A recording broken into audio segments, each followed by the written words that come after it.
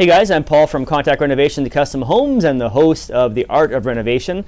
I want to give you a bit of advice about your front door, a couple of cool features and things to consider when you're planning to replace your entry door.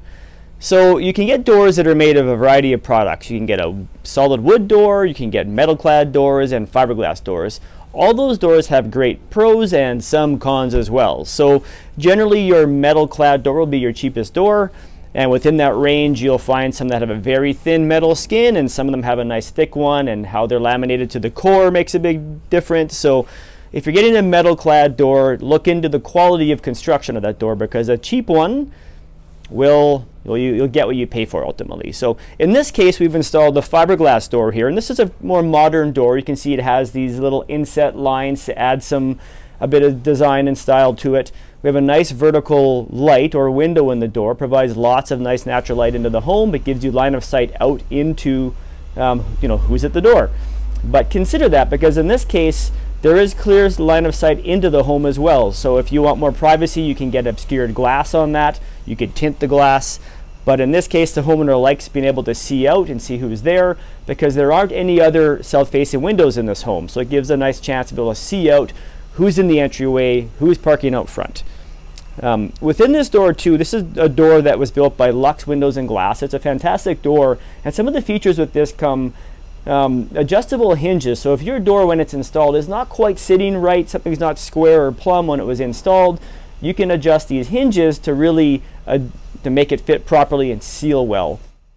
Also, it's got a very nicely done factory finish. It's like an automotive grade paint that's applied to this door, so it's nice and thick and resilient, and it looks just very sharp.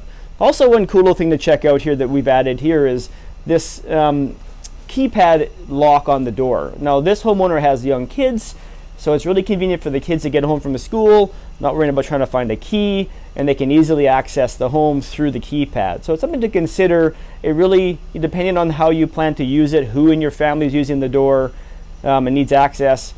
Do you want to go keyed? Do you want to go touchpad? There's other options too. You can get into some of these apps that allow direct access through a phone. You kind of scan it almost like you'd see in a hotel. So there's lots of different options to consider. Overall, look at your door style, door construction. Again, between the wood, metal, and steel, there's different warranties you can expect. So a metal door, you might be able to see a warranty around the 5 to 10 year range. Fiberglass, you should be expecting something closer to 20 years. And a wood construction door, you have to consider your climate. Here in Alberta, we get big temperature swings, humidity changes, so sometimes wood will expand and contract, so consider that as well. Anyhow, if you have any questions for us about doors, things to consider, please enter them in the comments below. Do reach out. Happy to help you out. This is Paul from Contact Renovations. This is The Art of Renovation. Don't forget to like and subscribe.